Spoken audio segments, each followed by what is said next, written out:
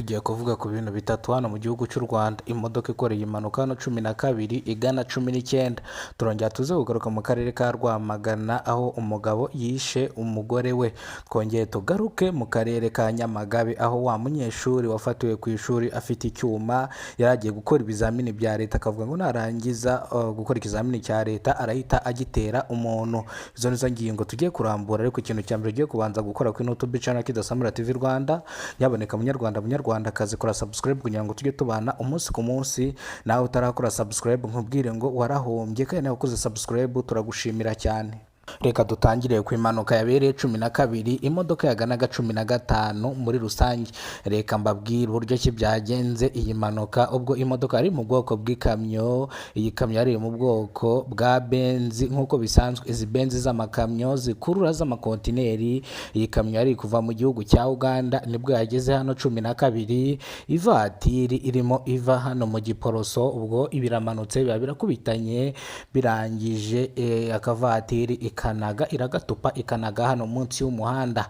Ndetse nk'uko ni kubibabwira kuri kamera za Kidasamura TV Rwanda, batubujije gufata amafoto cyangwa gufata amavideo. Niyo mpamvu iyi video tujye kuyibaha iri liquid cyangwa iri prevent, gutya nta mashusho turi bugaragaze. Ariko ibintu tujye kuvugiramo hano ni ibyanyabyo kandi byabaye ku itariki 20 z'ukwezi kwa karindwi umwaka wa 2025.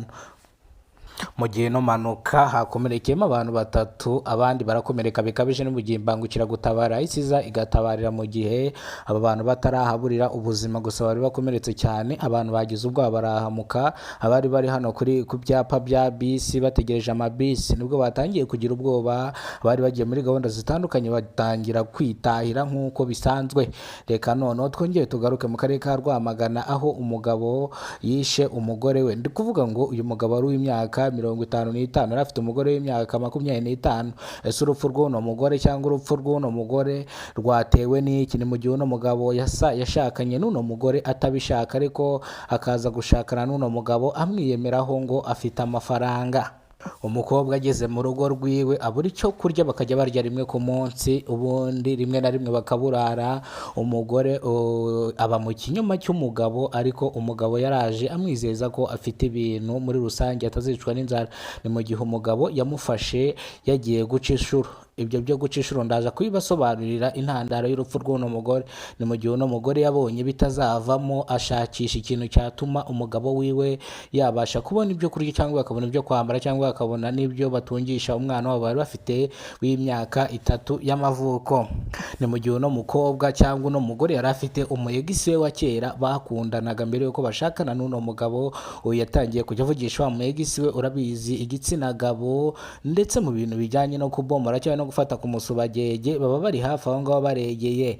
Arangije ahamagara wa wundi bakundanaga ubwa mbere, bakajya bavugana badiringa, akajya amubwira ngo namuhereza udufaranga yikemura ibibazo mu rugo. Wa musore kubera ko n'ubundi yari azi ko yubatse, akajya amuhereza udufaranga agakemura ibibazo byo mu rugo.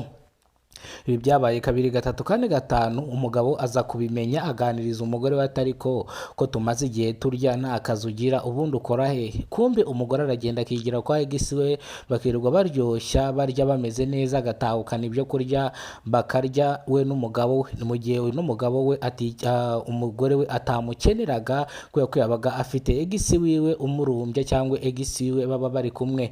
Rero uno mugabo yaje kugira umujinya, afata icyemezo cyo kwica uyu mugore. Ariko amakosa ntabwo ari ay'umugore, ahubwo amakosa ari ay'umugabo, kubera ko umugabo yazanye uwo mugore amwizeza ibitangaza bitabaho. Yamuzanye amwijeje ko nta kintu azaburira mu rugo rwe, ndetse barasabye baranakwa. Gusa uyu mugabo aya mafaranga yari yayagujije ahantu muri kampani yakoreraga, birangira banamwirukanye. Ubwo ngubwo ubukene buba buratangiye mu rugo. Inzu yamwijezaga yuko ari iyiwe, yatunguwe no kubona landlord aza kwishyuza. Ni mu gihe uno mukobwa yahise afata umwanzuro kujya avuga ati nimba kuntunga bikunaniye reka ngiye mwitungire. Uyu mugore rero atangira kujya atunga umugabo muri ubwo buryo. Umugabo abimenye ararakara, wa mujinya w'abagabo arangije arihekura. Ni mu gihe ubugenzacyaha bwamutaye muri yombi kugira ngo akurikiranweho icyaha cyo kwica umugore wiwe. Niba ari bwo bigize kuno umuyoboro munyarwandakazi, ndagusabye ngo ubanze ukore subscribe kuno umuyoboro kugira ngo tubane n'andi makuru ari buze. Kandi ndashaka kukubwira ngo nawe wakoze subscribe nkubwire nkubwire ngo warakoze cyane, Imana igikurinda cyangwa Imana igiguhereza iteka, icyo uyisabye ujye ugiha. Turongera tugaruke none tugiye kubabwira indi ncamake y'amakuru tugiye kubanyuriramo. Rurindo, imodoka y'amashanyarazi zizwi mu bwoko bwa volcano nayo yatembye, gusa yabaye nka ya modoka yita national, yatembye mu kabande gusa. Katuze tubigarukaho tubirambure mu kanya mu kiganiro gikurikira. Murakoze cyane, Imana ibarinde ibahe ubuzima buzira umuze. Mwibuke yuko uno munsi turi tariki 19 z'ukwezi kwa karindwi 2025. Iyi nkuru rero cyangwa ino modoka yakoreye impanuka Rurindo uno munsi kwa amatariki mu masaha ashyira saa 10 z'igicamunsi. Murakoze cyane, Imana